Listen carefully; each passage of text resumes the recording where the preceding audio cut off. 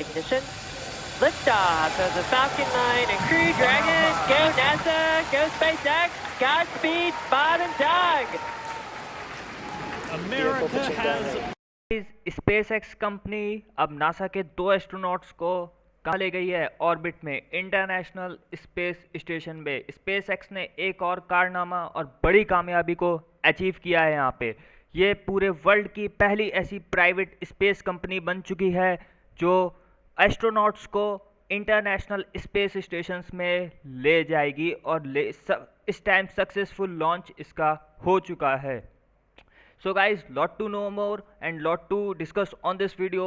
Please subscribe this channel for more updates. तो देखिए, सबसे पहले हम बात करते हैं कि यहाँ पर SpaceX कंपनी जो कि एलन मस्क की कंपनी है, एलन मस्क इसके CEO हैं और फाउंडर हैं, उन्होंने नासा के साथ कोलैबोरेशन किया है। ठीक है, नासा एक आप जानते हैं पब्लिक सेक्टर या फिर अमेरिका की एक एजेंसी है, space national aeronautical space agency of America. तो उसके बाद SpaceX कंपनी ने इसके साथ जॉइंट वेंचर किया और यहाँ पे दोनों ने मिलके क्या किया है, एस्ट्रोनॉट्स को लिफ्ट किया है जो कि इंटरनेशनल स्पेस स्टेशंस में जाएंगे।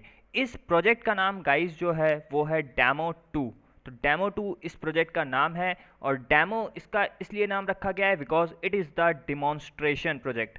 तो ये है हमारा डिमॉन्स्ट्रेशन प्रोजेक्ट। ठीक है, अब देखते हैं, थोड़ा सा डिस्कस करते हैं कि अभी तक क्या है इस स्पेशल मिशन में, क्या ऐसी खास बात है जो इस स्पेस मिशन को इतना ज़्यादा एक हॉट टॉपिक बनाता है और पूरी दुनिया की नज़रें इस पे टिकी हुई हैं। तो 2011 के बाद अमेरिकन सॉइल पे ये फर्स्ट लॉन्च है जहाँ पे एस्ट्रोनॉट्स इंटरनेशनल स्पेस स्टेशन पे जाएंगे। ठीक है, दूसरी इंपॉर्टेंट बात है कि ये पब्लिक प्राइवेट पार्टनरशिप पे ये प्रोजेक्ट को चलाया गया है गाइस। ठीक है, ये गाइस एलन मस्क का एक ड्रीम प्रोजेक्ट का, जिसमें वो चाहते थे कि किसी एजेंसी के साथ, जैसे कि नासा जैसी एजेंसी के साथ कोलैबोरेशन करके वो अपनी टीम को और अपने साथियों को इस प्रोजेक्ट में जोड़ के एस्ट्रोनॉट्स को इंटरनेशनल स्पेस स्टेशंस तक पहुंचा सकें। So this is the dream project of Elon Musk.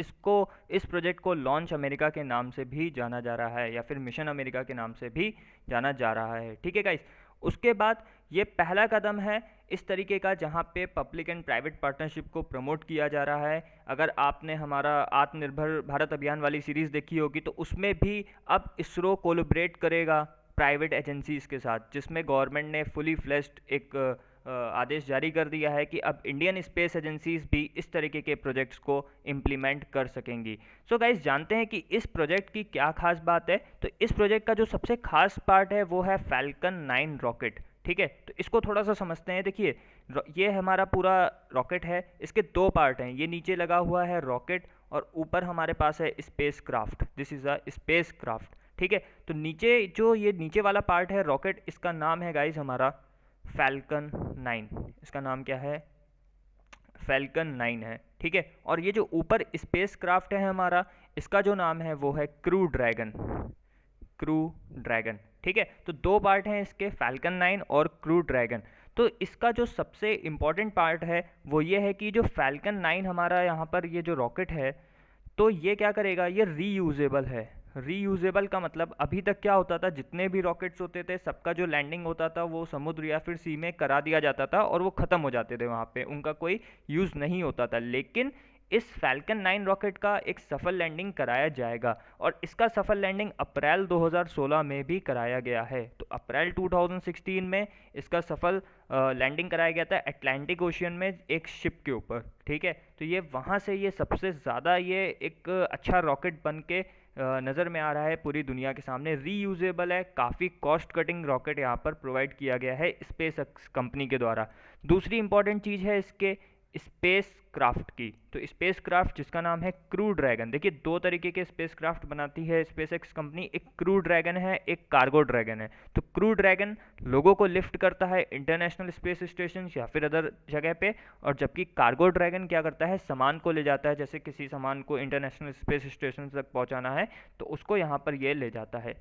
ठीक है गाइस, तो यहाँ पर अमेरिका की जो नासा एजेंसी है उसने 2 लोगों को ये प्रोजेक्ट दिया था, एक जिसमें है स्पेस एक्स और दूसरी है ब्लू ओरिजिन। तो ये दोनों ही कंपनियां मिलके यहाँ पर एक साथ वर्क कर रही हैं, SpaceX as well as Blue Origin. दूसरी इंपॉर्टेंट बात, इसका ये जो स्पेस क्राफ्ट है यहाँ पर, इसके अंदर ऑटोमेटेड फीचर्स हैं। ऑटोमेटेड फीचर्स मतलब अब यहाँ पर एक रिलैक्सिंग की तरीके से एस्ट्रोनॉट्स बैठ सकते हैं, उनको किसी भी प्रकार का कोई भी वर्क नहीं करना पड़ेगा, सारी चीज़ें ऑटोमेटेड हैं और वो अपना सारा जो कंसंट्रेशन है वो रिसर्च ओरिएंटेशंस एक्टिविटीज़ में लगा सकते हैं। तो यहाँ पर सबसे बड़ा जो फैसिलिटी प्रोवाइड करी गई है स्पेसएक्स के द्वारा वो है इसके दो चीज़ें, falcon 9 rocket which is reusable, और स्पेस जो क्राफ्ट है जिसका नाम क्रू ड्रैगन रखा गया है वो ऑटोमेटेड एक एयरक्राफ्ट या स्पेस क्राफ्ट के फॉर्म में तैयार किया गया है, जहां पर साइंटिस्ट और एस्ट्रोनॉट्स रिसर्च ओरिएंटेड वर्क में परफॉर्म कर सकते हैं। ठीक है,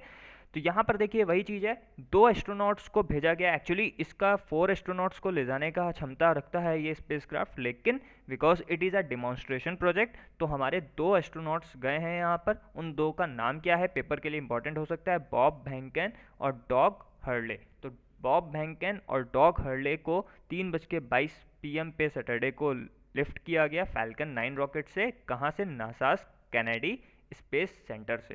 ठीक है, तो ये बहुत इंपॉर्टेंट है आपके लिए जानना। दूसरी चीज़, SpaceX first private company, जैसा मैंने पहले डिस्कस किया था, जो ये अचीव कर लिया है बाय ओनली 3 गवर्नमेंट्स। अभी तक ये फीट सिर्फ 3 गवर्नमेंट्स के द्वारा अचीव की गई है, यूएस, रशिया एंड चाइना। तो अब यूएस को रशिया के ऊपर डिपेंड नहीं होना पड़ेगा, वो खुद की ही अपनी जो देश की कंपनी है स्पेसएक्स उसके साथ कोलैबोरेट करके ही एस्ट्रोनॉट्स को लिफ्ट कर सकती है आईएसएस की तरफ। ठीक है, तो रीयूजेबल है, गम ड्रॉप शेप्ड कैप्सूल है, Crew Dragon would not take 2 American astronauts to a 19 hour journey to the international space station. तो 19 आवर्स की यहाँ पर जर्नी को किया जाएगा। देखिए यहाँ पर ट्वीट भी आया था स्पेसएक्स कंपनी का, Falcon 9 lifts off from historic launch complex 39A and sends Crew Dragon to orbit to its first flight NASA astronauts to the space station। ठीक है, अब देखिए वहाँ के राष्ट्रपति डोनाल्ड ट्रंप का भी एक स्टेटमेंट आया है, वो काफ़ी प्राउड फील कर रहे हैं नासा पब्लिक और प्राइवेट पार्टनरशिप का जो कोलैबोरेशन हुआ है उसके लिए, और वो ये कह रहे हैं ऐसा ये देखना इनक्रेडिबल है क्योंकि 2011 के बाद ये फर्स्ट टाइम पे हुआ है अमेरिकन सॉइल से।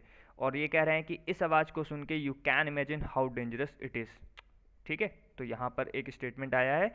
तो ये देखिए भारत भी इस तरीके का एक प्रोजेक्ट लॉन्च करना चाह रहा है, गगनयान मिशन, जिसका डेडलाइन डेट है 2022। तो 2022 में जिसमें हमारे 4 एस्ट्रोनॉट्स जाएंगे और उनका जो ट्रेनिंग है वो उस टाइम रशिया में चल भी रहा है। तो देखिए जो गवर्नमेंट का एक इनिशिएटिव है इस तरीके के प्रोजेक्ट्स को लॉन्च करना पब्लिक एंड प्राइवेट पार्टनरशिप के थ्रू, ये काफ़ी सराहनीय कदम है क्योंकि वहाँ पे जो हमारी जो पब्लिक एजेंसीज़ हैं जैसे हमारे देश में इसरो हैं, वो क्या कर सकती हैं, लॉन्ग टर्म प्लान या फिर एक अच्छे रिसर्च में परफॉर्म कर सकती हैं, जबकि जो प्राइवेट कंपनियाँ हैं वो हमको टेक्नोलॉजी भी प्रोवाइड कर सकती हैं अच्छी अच्छी। तो इन दोनों का जो कोलैबोरेशन होगा वो कहीं ना कहीं पूरी दुनिया को एक अलग लेवल, स्पेस के क्षेत्र में एक अलग लेवल पे ले जाएगा।